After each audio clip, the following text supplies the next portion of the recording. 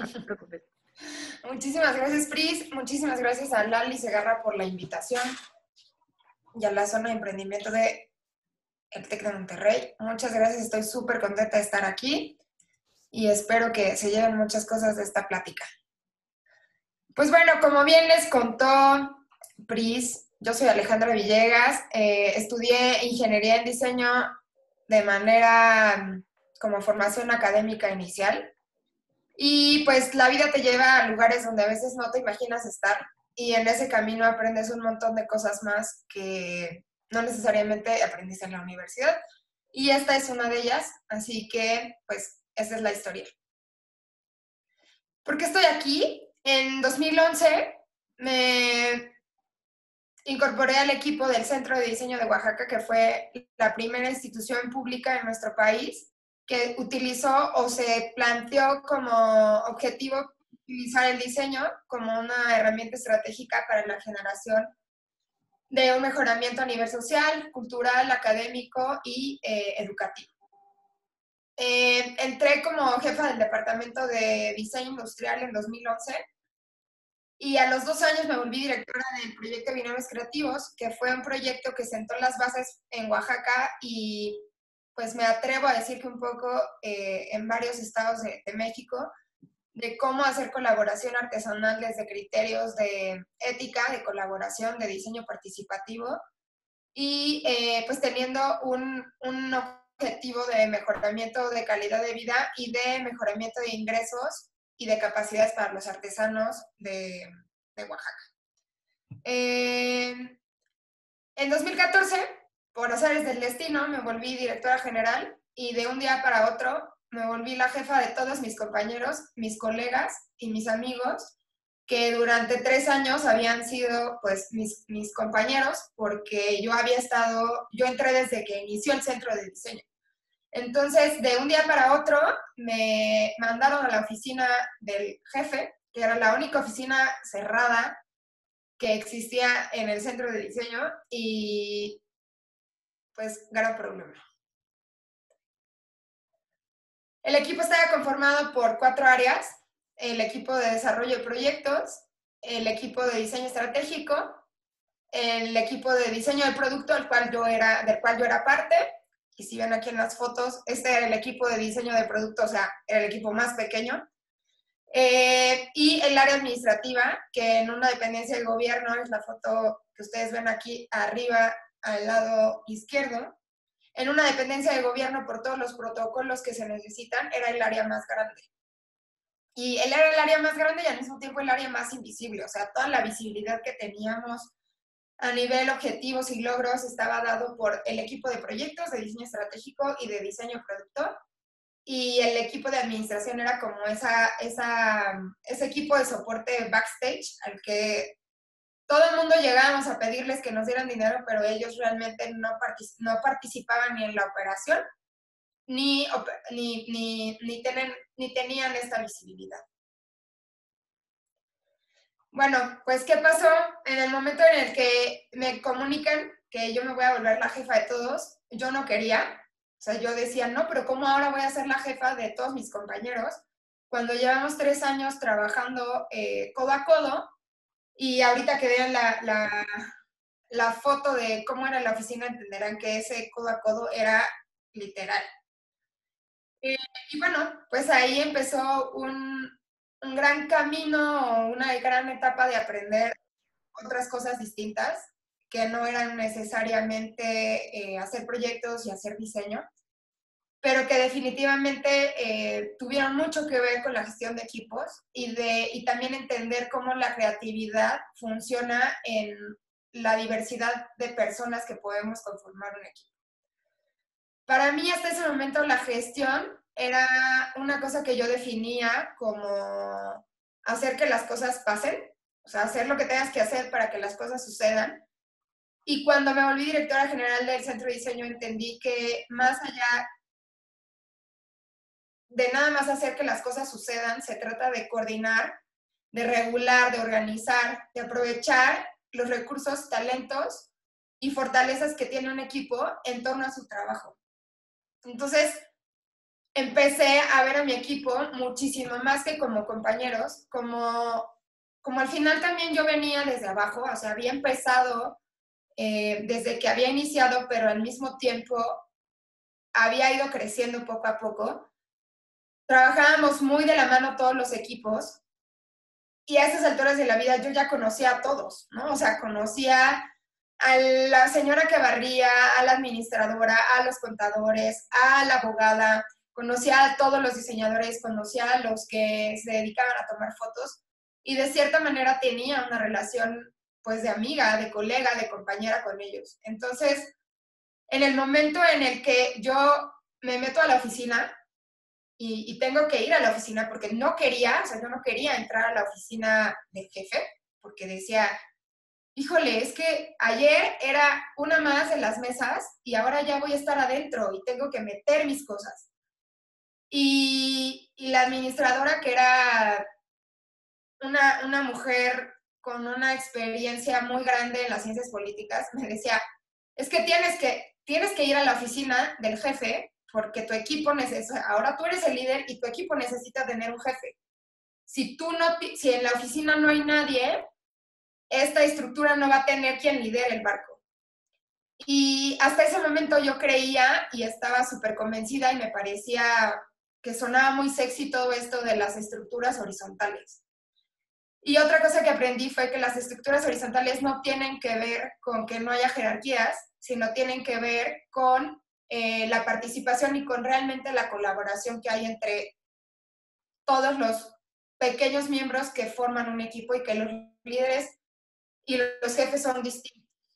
Entonces, el papel que yo empecé a tomar era capitalizar todo ese camino que yo llevaba recorriendo, o sea, que desde el 2011 había recorrido, había convivido con ellos, y me volví una jefa que entendía que un equipo es un conjunto de personas que al mismo tiempo tienen un conjunto de historias y que al mismo tiempo tienen miradas distintas, que no siempre son iguales, pero que en el camino tenemos que lograr que una actividad o un objetivo se cumpla. Entonces, eh, empecé, pues sí, tuve que entrar a la oficina, tomé el escritorio de la jefa y me volví esa jefa, pero me volví una jefa pues bajo mis propias reglas y bajo mis propios términos y así fue como empezamos a trabajar durante más de un año. Eh, algunos podrán conocer la historia del centro de diseño, algunos no, pero un poco para adelantarles el final de esta historia. Yo tomé el puesto de directora general en febrero del 2014 y en marzo del 2015 el gobierno de Oaxaca nos pidió la renuncia a todo el equipo. Entonces teníamos muchísimos planes, teníamos muchísimos proyectos que estaban creciendo, nos habíamos ganado un premio en la Bienal Iberoamericana de Diseño. De pronto todo se empezaba como a tomar su lugar, empezaba a acomodarse, había muchos financiamientos de fuera del gobierno que querían invertir en proyectos que teníamos en puerta y de un día para otro nos pidieron las renuncias a todos.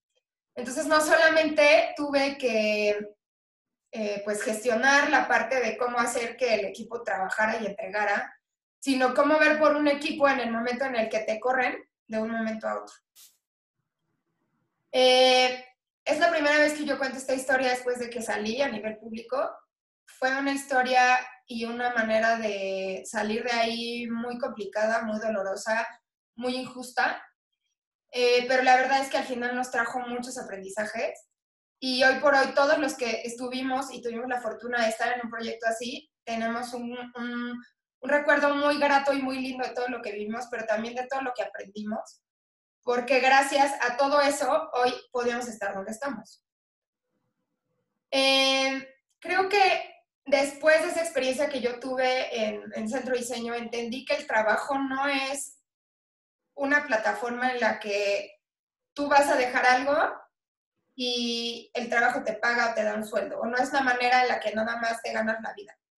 Para mí el trabajo se convirtió en un medio de ida y vuelta para desarrollarnos, también para aportar y para trascender en cada una de las personas que estamos en un lugar de trabajo que nos mueve. Es decir, nosotros llegamos a un lugar a trabajar y cuando ese lugar donde trabajamos nos da cosas para aprender, para relacionarnos con otras personas, para crecer como individuos y para sentir que estamos aportando, porque realmente muchísima de la gente que formó parte del centro de diseño éramos chavos muy jóvenes oaxaqueños que sentíamos que teníamos que devolverle algo a nuestro estado por la oportunidad de haber podido estudiar una carrera. Entonces, el trabajar en un lugar así nos daba esa posibilidad de dar un retorno de algo que nos habían dado a nosotros. Entonces, el compromiso no estaba nada más dado desde la responsabilidad, sino también desde una motivación de poder aportar desde lo que nosotros ahora sabíamos o habíamos aprendido en la escuela, sabiendo que esa escuela también había sido pagada un poco, y no un poco, sino pagada por el pueblo de México. Entonces, poder trabajar en una dependencia de gobierno que trabajaba para el colectivo era realmente muy enriquecedor. Y otra de las cosas que aprendí, y esto tenía mucho que ver con gestionar también un equipo tan grande de personal administrativo, tiene que ver con la creatividad. De pronto tenemos una idea de que la creatividad son estas personas que tienen el pelo pintado de un color raro, que se visten un poco excéntricas, que todo el día están dibujando y que cuando generan ideas pegan post-its en la pared o en su computadora. Y yo entendí que cada persona que forma parte de un equipo tiene su propia manera de expresarse y su lado creativo, porque queramos o no, y lo muestren o no, la creatividad es una habilidad inherente al ser humano. Entonces descubrí que había administrativos que les encantaba bailar, que les encantaba cantar, que eran súper aficionados a un equipo, que tenían un grupo de música los fines de semana, personas que en el momento en el que les dabas un reto para crear un contrato se les ocurrían ideas muy creativas de cómo redactar el contrato o de qué cláusulas poner. Gente que cuando tenía que hacer estrategias de presupuesto también se le ocurrían cosas no divertidas en sí mismas, pero sí disruptivas para una caja de sistema de gobierno donde todas las cosas ya tienen una manera de ser. Entonces, fui conociendo no nada más a esas personas desde su historia, sino también desde cómo podían expresar la creatividad y cómo el estar en un equipo creativo los contagiaba y los invitaba a ellos también poder sacar esa parte. Aprendí que la empatía es una herramienta que abre caminos muy grandes. Es súper importante hablar el mismo lenguaje que cada uno, de acuerdo al perfil. Con los administrativos hablábamos un lenguaje mucho más exacto, mucho más contable, mucho más de números, mucho más de parámetros precisos. Y también hablaba con ellos en torno a los intereses personales y a la vida personal que cada quien podía tener y a su situación de vida. Entonces esto permitía, pues no nada más poder hacer negociaciones de si faltaban un día o si se podía quedar más tarde o si podían llegar más temprano, hechas a medida, sino que además me permitía dar y pedir a cambio con el mismo nivel de compromiso. O sea, yo entendía los intereses y las prioridades que tenían, las necesidades y sus situaciones de vida, y era flexible dando permisos personalizados, digamos, y ellos también sabían que cuando yo les pedía cambio, ellos respondían porque yo había dado por adelantado. Otra cosa que me sirvió muchísimo y que esto tiene mucho que ver con habilidades que no necesariamente aprendes en la escuela o te las enseña alguien, sino con un feeling más intuitivo, tiene mucho que ver con ver más allá de lo que las personas hacen y dicen y leer entre líneas. O sea, muchas veces en los equipos de trabajo la gente se acota a hacer lo que les pides y también hay equipos donde las personas hacen mucho más de lo que les pides porque realmente tienen un interés y una motivación que los hace estar ahí, que no necesariamente es económica. Entonces, el poder ver más allá de lo que las personas hacen y dicen y te cuentan y preguntar con la confianza de que ellos se abran contigo, genera un espacio de confianza donde puedes tener una buena comunicación y donde además puedes entender parámetros implicados de por qué están en un lugar o por qué están haciendo algo y no están haciendo el otro y puedes ayudarlos de una mejor forma. Otra cosa que para mí fue vital, y eso no es, eso sí es una cosa que mi familia toda la vida me ha dicho, porque yo desde los 16 años trabajo sacando copias, es que tú no puedes exigir si no sabes hacer algo. Y eso para mí fue fundamental, porque como ya les conté, pues yo empecé siendo la jefa del departamento de diseño industrial, después me volví en la directora de área y después fui directora general. Entonces, cuando yo llegué a ese punto, yo ya traía una historia donde ya había sacado copias, donde ya había cargado cajas, donde ya había chofereado para llevar a alguien a algún lugar. Y entonces no me podían contar lo difícil o lo fácil que era algo porque ya lo había vivido. Entonces eso también era muy importante porque permitía entender muy bien las capacidades y los tiempos de los equipos y ser muy realista con lo que se les exigía o se les pedía.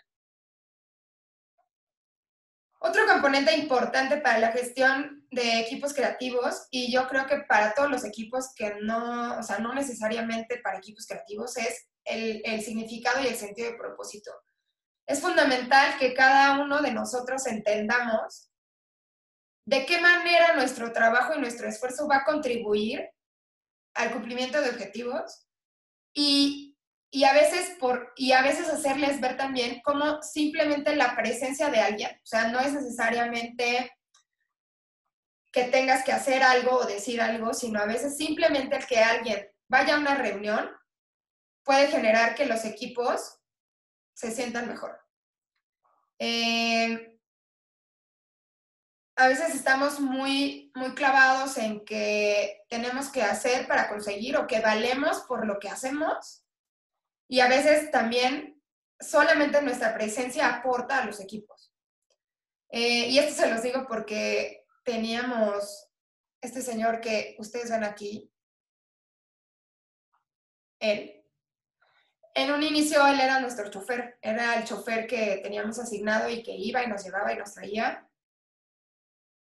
Y creo que él fue un personaje fundamental en esta historia, porque si bien resolvía todos estos asuntos aparentemente no sin importancia, sino que no tenían alguien que los hiciera y entonces era como el comodín que todo hacía, era una persona que además todo lo hacía de muy buen humor, que cuando te llevaba a un lugar te contaba una historia, que te hacía reír, que te trataba bien, y esa manera de ser agregaba muchísimo valor a hacer las actividades. O sea, no era solamente me llevó y me contó una historia y me bajó por un café y me contó de sus hijos, de su perro, de sus amigos, y además en el camino aprendí algo, ¿no? Entonces él se fue ganando un lugar que cuando a él lo asignaron a otra dependencia, o sea, todos llorábamos así de, no, don Víctor. Y eso tiene mucho que ver, no con lo que haces, sino en la calidad que pones en hacer las cosas y en simplemente tú cómo eres y lo que tu presencia aporta. Otra cosa importante en el tema del significado es permitir que cada una de las personas se involucre en actividades o en proyectos que realmente le motiven, que lo muevan, que le interesan y que le pueden dejar algo desde lo que cada persona quiere. Y ahí es donde es muy importante también este tema de la lectura entre líneas. O sea, a veces las personas no tenemos la capacidad de expresar porque nos da pena, porque a nivel verbal no tenemos esa capacidad de articular qué necesitamos, qué queremos. Pero uno como alguien que está viendo desde arriba, lo percibes. Y entonces tú sabes que hay alguien que puede estar necesitando aprender inglés o hay alguien que en el fondo quisiera explorar su lado creativo, pero que como es el contador, siempre se va a limitar a lo contable porque es lo que le toca. Y finalmente, si tú vas detectando ese tipo de cosas que no te dicen, pero que tú ves, el momento en el que le digas, oiga, contador, usted también va a poder ir a este evento y necesito que usted se haga cargo de esta parte, les das la oportunidad de sacar un lado que ellos tienen, pero que no les habían permitido, y explotan de felicidad. Entonces, tu papel como un gestor de equipos creativos no es nada más hacer que las cosas sucedan en el tiempo que deben suceder, sino potencializar a tu equipo para que den lo mejor de sí, pero para que también exploren nuevos aspectos y nuevas facetas de ellos mismos. La jerarquía. Como ya les platiqué, mi espíritu hippie creativo pensaba absolutamente en las estructuras horizontales. Pero realmente el centro de diseño me mostró que no se necesita moverse en una estructura horizontal para poder tener un buen equipo de trabajo donde todos nos llevemos muy bien y funcionemos, donde las cosas se cumplan y al mismo tiempo nos podamos ir a echar una cerveza en la noche. Las jerarquías son importantes. Los organigramas dotan de orden a los equipos, a las organizaciones, a las empresas. Y no es este paradigma donde el jefe es un autoritario y donde todos los demás son sus súbditos y lo obedecen. Es un tema de visión y de responsabilidad y de autoridad. La autoridad se delega, esto significa que por escalafones va bajando, pero la responsabilidad es compartida.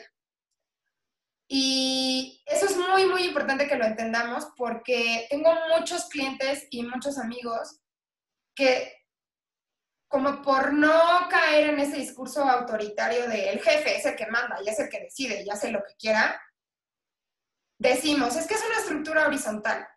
Pero la realidad es que en estas estructuras horizontales donde no se entiende cuáles son los protocolos de comunicación, de toma de decisiones, de quién va a asumir la responsabilidad si algo sale mal.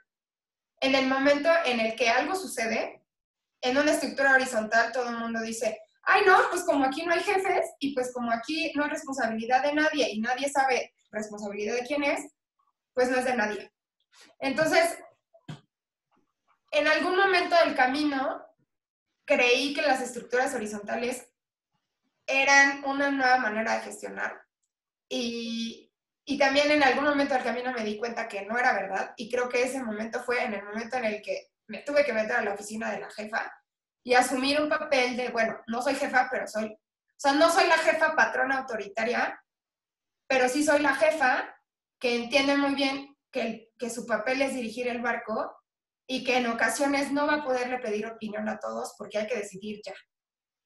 Y eso fue un poco lo que pasó al final. Sí tuve que tomar decisiones con 1 o 2 personas del equipo, decisiones estratégicas muy, muy fuertes y muy complicadas, y entender que finalmente cuando tu equipo confía en ti como líder, las decisiones que vas a tomar no las tomas desde lo que es mejor para ti, sino de lo que es mejor para todos, porque conoces a todos y conoces la historia completa.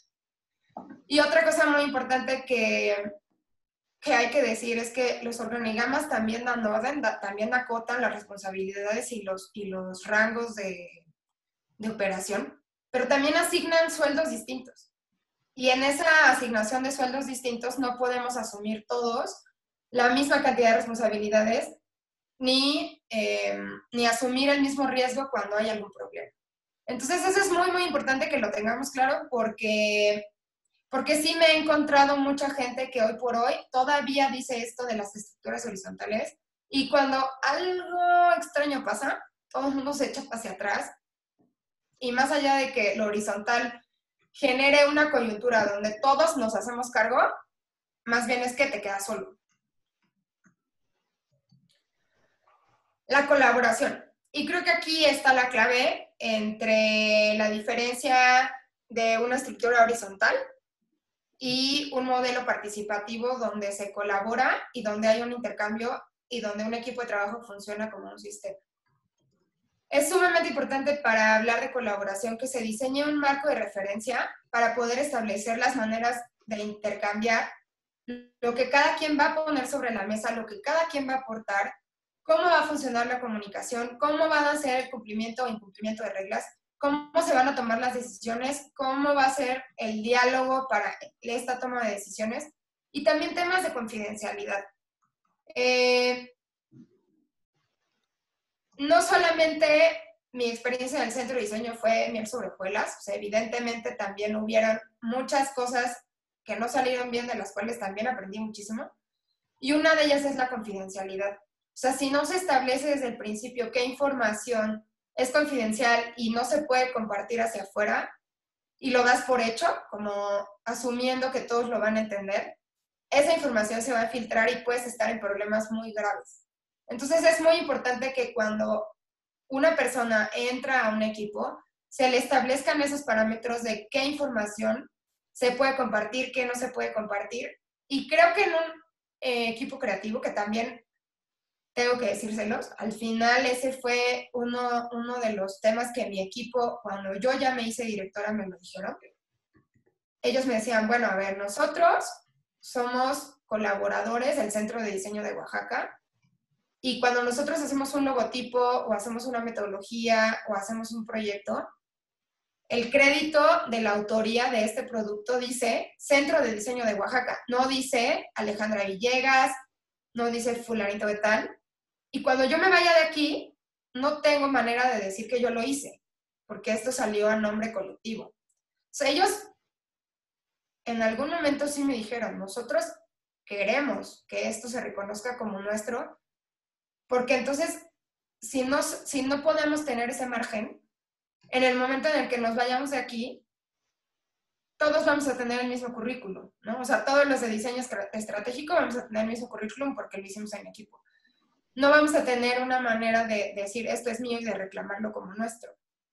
Y sin embargo, algo que pasaba con la gente de honorarios es que en los contratos de personal de honorarios, la autoría sí se respetaba. Entonces, el derecho patrimonial era del centro de diseño porque había pagado por el proyecto, pero el derecho de autor decía quién lo había hecho. Entonces, eso también es súper importante, establecer cómo van a ser los créditos de autoría, porque la verdad es que a nosotros los creativos, independientemente del nivel de ego que tengamos, es algo que nos importa. Y es algo que nos puede generar un conflicto si más adelante alguien llega a decir que lo hizo y lo hicimos nosotros. Entonces, eso también es algo muy importante de hablar y yo sí les recomiendo que lo hablen desde el principio, que sean cosas que quedan claras. ¿Y por qué recomiendo que sean cosas que se hablan desde el principio o por lo menos que en algún momento se hablan?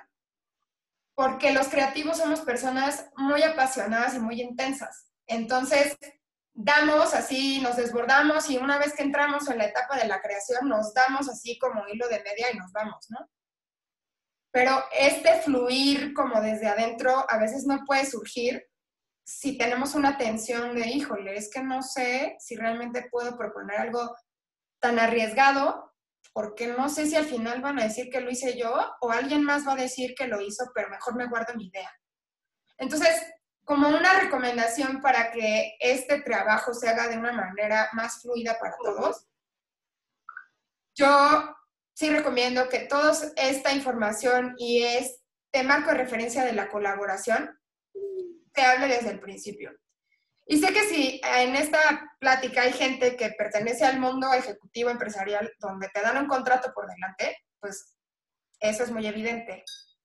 Pero la realidad es que pues en el mundo creativo donde muchos somos freelancers y donde muchos trabajamos como de entrada por salida o por proyectos y nos salimos y luego nos vuelven a llamar, pues esto del contrato no es una cosa tan normal.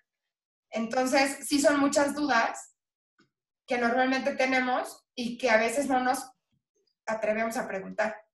Entonces, si tú como gestor de equipos, como líder, como jefe, tienes esa atención, vas a disminuir muchísimo la atención de la persona que tienes enfrente. Y otra cosa sumamente importante para establecer un sistema de colaboración que funcione es que no nada más seas claro en la comunicación, sino que también reconozcas el valor que tú tienes, ya sea como director creativo, como coordinador, como jefe, como gestor, como el papel que juegues en la ecuación, y que también le hagas ver al otro cuál es el valor que tú reconoces. O sea, ¿por qué tú no podrías hacer su trabajo? ¿Qué es lo que a ti te hace invitarlo a colaborar? ¿Y qué es, y cuáles van a ser los elementos que tú ves de valor en él para poder hacer que esto funcione? Y eso también requiere de pronto pues un componente de autoconocimiento muy importante. Y, y creo, yo les cuento esto porque ahorita que doy clases en la universidad lo veo como una deficiencia de los diseñadores. O sea, de repente nos educan como para que el diseñador haga todo, ¿no? Y si a ti se te ocurre una idea, entonces, qué bueno que se te ocurrió, pero además tú la tienes que ejecutar, tú la tienes que implementar y casi que tú la tienes que financiar, ¿no? Entonces, muchas veces mis alumnos me dicen, ay, maestra, es que yo no sabía que podía proponer eso. Sí se me ocurrió, pero como no sé programar, entonces no quise dejarlo como una idea. Y justo yo les decía, a ver, es que estamos hablando de un proyecto colaborativo. O sea, a ti se te puede ocurrir la idea y la idea en sí misma es valiosa, pero no estás obligado a tú ejecutarla, a tú hacerla, a tú buscar a los proveedores y a tú pagarla. Y a veces no le damos el suficiente valor a las personas que nada más generan ideas o que coordinan equipos, por pensar en que el valor está en quien ejecuta esas acciones. Y bueno, ¿qué tengo que decirles con respecto a los equipos creativos como tal, como equipo creativo? Pues sí creo que los creativos que nos movemos en este mundo mucho más creativo que racional, nos sostenemos en grupo. El creativo se mantiene con un sostén colectivo que genera retos y que al mismo tiempo comparte conocimiento. Y esa es básicamente la razón por la que el centro de diseño terminó siendo lo que terminó siendo y que en el momento en el que nos corrieron, pudimos hacer una estrategia paulatina para irnos. O sea, es decir, no nos corrieron y mandamos todo al diablo y nos fuimos, sino que hicimos una estrategia paulatina donde a nivel red nos fuimos apoyando para que no fuera tan complicado para todos. Entonces, lo que les quiero decir es que sí creo que a diferencia de otras profesiones que son un poco más solitarias, los creativos sabemos trabajar muy bien en equipo, pero también nos sostenemos con el equipo. Y también les cuento esto porque creo que ahora, durante la COVID y todo este periodo de pandemia, prepandemia, pospandemia, para muchas personas ha sido muy complicado trabajar si no tienen este contacto social con un grupo que los sostiene. O sea, si después de chambear no se pueden ir a echar la chela, si no pueden intercambiar post-its con su compañero y tienen que hacerlo en un Zoom.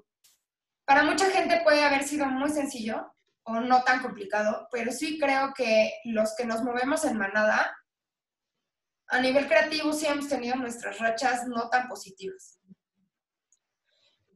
Reconocer que las maneras de ser creativos son distintas para cada uno y que es muy importante identificar en cada uno de los miembros de tu equipo cómo es esa creatividad, en dónde la exploran.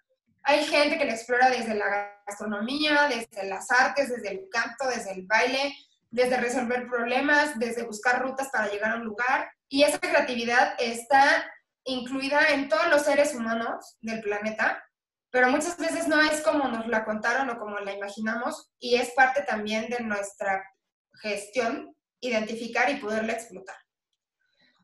Otra cosa que es sumamente importante es compartir la visión estratégica de los proyectos y de las actividades para que le demos espacio libre a resolverlo y operarlo como quieran. Esto significa que a mí algo que me funcionó muchísimo fue decirle a mis colaboradores, a ver, lo que se tiene que hacer es esto, es para tal día, y lo que tenemos que, o sea, a nivel objetivos cumplir es esto. De ahí en fuera, si tú lo haces en la mañana, en la noche, si lo haces en 2 días, si lo haces en un día, si haces primero esto o haces primero aquello, eso no me importa, eso lo decides tú. Lo único que tiene que suceder es cumplir con esto, hacer esto y tenerlo listo para tal día.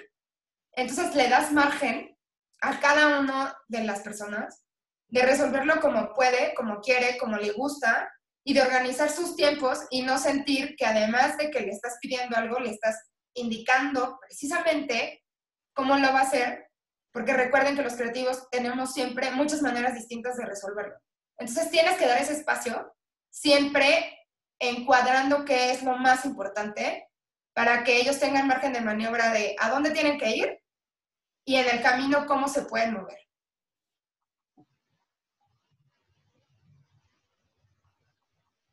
Pues si después de todo lo que les conté ustedes pensaban que el Centro de Diseño de Oaxaca era como las oficinas de Google, pues nada más lejos de la realidad porque vean el espacio en el que trabajábamos. O sea, era la bodega del Jardín Etnobotánico de Oaxaca, enfrente de donde normalmente se hacen las bodas. O sea que lo que sucedía es que aquí antes guardaban las mesas, las sillas, y básicamente era un túnel sin ventanas. Se tuvo que mandar a hacer un mueble, que de hecho sí lo hizo Emiliano Godoy y ganó un premio y toda la onda muy nice, pero nunca tuvimos presupuesto para tener más que estas sillas de Sams que ustedes ven y unos tablones o sea, y mesas de plástico también del Sams, que en los 5 años que estuvimos en el centro de diseño fueron siempre las mismas. Y como verán, aquí había computadoras y cuando llegaban los de servicio se ponían del otro lado y trabajaban, y cuando tenía que llegar alguien más se pegaban más las computadoras o se extendían. Y era un espacio completamente versátil y que iba creciendo, y si llegaba más gente y no había mesas, pues se rentaban mesas o a veces nos salíamos a trabajar al jardín. Y así estuvimos. Y no les digo esto como queja, sino como lo importante que fue agregar valor desde otros lugares que no eran necesariamente el espacio de diseño. El Centro de Diseño de Oaxaca tenía un excelente ambiente laboral y eso era un sostén emocional y creativo. O sea, todos íbamos a trabajar. Había veces que nos decían, pueden no venir a trabajar y hacerlo desde su casa, y todos llegábamos así de, no, venimos. O sea, era una ilusión ir a trabajar porque el sostén que nos daba ese ambiente laboral era increíble. Y porque todos los días te enterabas de nuevas revistas, de nuevas páginas web, veías nuevos videos que te compartían. Entonces era una plataforma que te sostenía emocionalmente y creativamente. Y también era una plataforma donde se había construido un buen salario emocional. Y era un buen salario emocional hecho a medida. El salario emocional es todo ese, digamos, pues sí, como compensaciones y cosas que tú obtienes de tu trabajo, que no son dinero, que no son económicas, pero que además tenía mucho que ver con las necesidades puntuales de cada quien. O sea, para ponerles ejemplos muy puntuales. Yo me di cuenta que había unas chicas en la parte administrativa que les gustaba muchísimo vestirse así súper elegantes y llegaban de tacones y todo, ¿no? Y yo decía, ay, pues qué raro, porque aquí el piso del jardín etnobotánico es todo de piedra, como que... Y algún día teniendo una conversación con ellas me dijeron que para ellas era súper importante vestirse de manera elegante. Entonces, platicando un poco de, bueno, pero entonces algún día les gustaría como tomar un curso de moda y tal, las chavas estaban así rayadas de la felicidad, porque realmente el tema de la ropa les importaba, pero nunca habían tenido una manera de aprender o de canalizar esa parte, porque ellas eran contadoras, o sea, realmente no era importante. Entonces, organicé una serie de talleres que iban orientados como a ciertos intereses que yo veía en mi equipo. Entonces, mandé a estas personas de contabilidad a estas sesiones que eran como unas sesiones de diseña tu imagen personal, pero a través de conectar con tu estilo, ¿no? Se fueron 2 días al taller y fueron 2 días que evidentemente no les desconté, era como una prestación laboral, y las chavas regresaron renovadas y vestidas hasta diferente, ¿no? Y todas, pues, todos en la oficina decíamos, no, hombre, estas, o sea, ya se volvieron otras personas. Había chicos de diseño gráfico que no sabían utilizar ciertos softwares, nos pidieron, se los dimos. Entonces empezamos a generar una estrategia, porque además ustedes tienen que saber que este asunto de que nos pidieron las renuncias de un día para otro, o sea, sí fue muy violento, pero antes ya nos habían bajado el sueldo, nos habían quitado... ¡Niño! Las pechugas de repente no fue completamente inesperado. Entonces empecé a tener estas estrategias de cómo compensar a la gente ante un espacio de trabajo que se estaba tambaleando, y empezamos a aumentar mucho valor desde el salario emocional. Y eso hizo que aunque nos habían, o sea, aunque yo les decía, oigan, es que nos van a volver a cortar el sueldo, la gente decía, pero no me voy a ir. O sea, está bien, págame menos, pero pues déjame irme más temprano. O págame menos, pero entonces ya no vengo este día, ¿no? Otro, por ejemplo, caso muy particular es que uno de mis directores de área daba la casualidad que le iba a un equipo de fútbol que la verdad perdía muy seguido. Y era un chavo que se ponía súper mal, o sea, se deprimía de verdad. Y entonces, yo que nunca he estado pendiente del fútbol, o sea, me ponía a ver si había ganado el equipo o no, porque era muy probable que al otro día no llegara a trabajar. Pero, por ejemplo, él, dentro de su personalidad, era un chavo que si fuera 16 de septiembre, él iba a ir a trabajar. Navidad, Año Nuevo, él iba a trabajar. O sea, esas fiestas como que a todo mundo le representan un día que no se va a trabajar, él era la persona que podía hacer guardias, ¿no? Entonces, si de pronto había un día donde todo el mundo quería descansar y teníamos que tener a alguien en la oficina por algo puntual, él podía ser esa persona, pero de pronto necesitaba cierto margen de comprensión cuando su equipo de fútbol perdía. Y fue algo que a mí me costó mucho trabajo entender, pero que un día me lo dijo así abiertamente como, déjame llegar más tarde si un día pierde mi equipo, pero tú me puedes decir que yo el día de Navidad venga y yo estoy aquí. Y entonces fue un poco utilizar y entender esta diversidad y de lo que alguien te puede dar y te pide a cambio, que cuando entiendes todos esos hilos en un equipo, puedes gestionarlos de una mejor manera.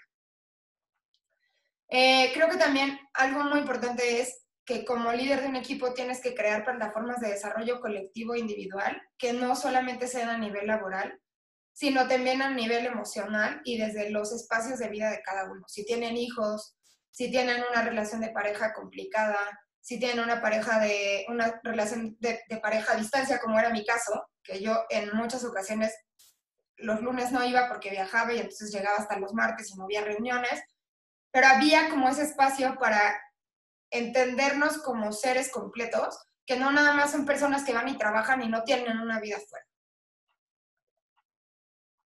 Y bueno, finalmente hacer mucho hincapié en todas estas habilidades suaves o las famosísimas soft skills, que ya un poquito más avanzado con los años, he entendido que vivimos en un mundo donde estas habilidades que nos hacen ser exitosos van muy orientadas hacia las habilidades masculinas.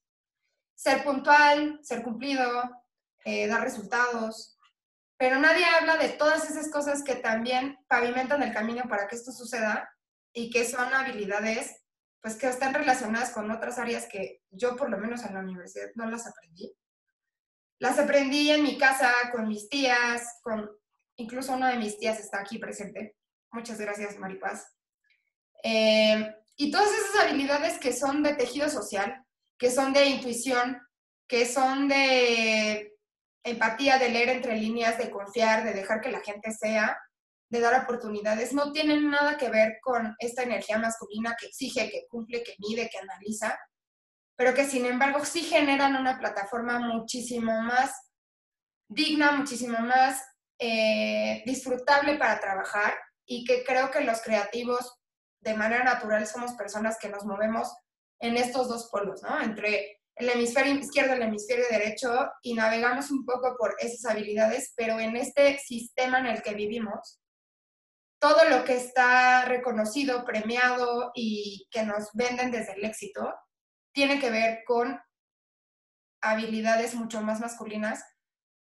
Y ahora soy alguien que gestiona y que aboga mucho por estas otras habilidades que no son masculinas, que no son exactas, que no se pueden medir, que no exigen tanto y que tienen más que ver con la parte humana. Entonces, sin duda ha sido para mí una gran, o sea, parte del éxito y la eficiencia ha sido la combinación de elementos y de entender desde diferentes niveles a los equipos, al trabajo, a los objetivos y a las personas humanas que están atrás de todo ese trabajo. Y pues bueno, básicamente esto es todo lo que yo tengo que compartirles con respecto a la gestión de equipos creativos.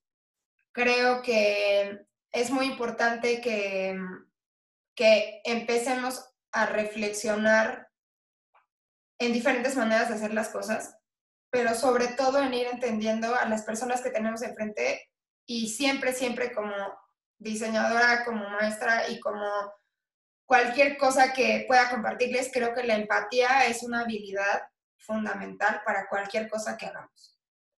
Por último, les quiero compartir una herramienta que en este año creé, que es un podcast personal donde hablo de herramientas de diseño, pero también con justamente este enfoque de cruzarlo con otras herramientas de vida que he tenido, con enfoques distintos, con disciplinas que he ido aprendiendo en el camino. Y La Caja de Herramientas es un podcast que habla un poco de diseño y la vida y cómo herramientas de vida me han ayudado a ser diseñadora y cómo ser diseñadora me ha ayudado a generar otras estrategias de vida. Si lo quieren escuchar, está en Spotify y en Apple Podcast y sale todos los jueves de cada semana. Y ahí justamente comparto pues reflexiones, entrevistas con otros diseñadores que también me comparten lo que están haciendo o perspectivas y discutimos sobre algunas cosas. Justamente Lali Segarra estuvo en La Caja de Herramientas y nos tomamos un café para platicar de cómo hacemos diseño. Y pues nada, les dejo esta herramienta extra por si quieres seguir escuchando parte de lo que comparto. Y pues muchísimas gracias a todos los que se conectaron. Muchísimas gracias a Lali por invitarme y a Priscila por toda la parte logística. Muy bien.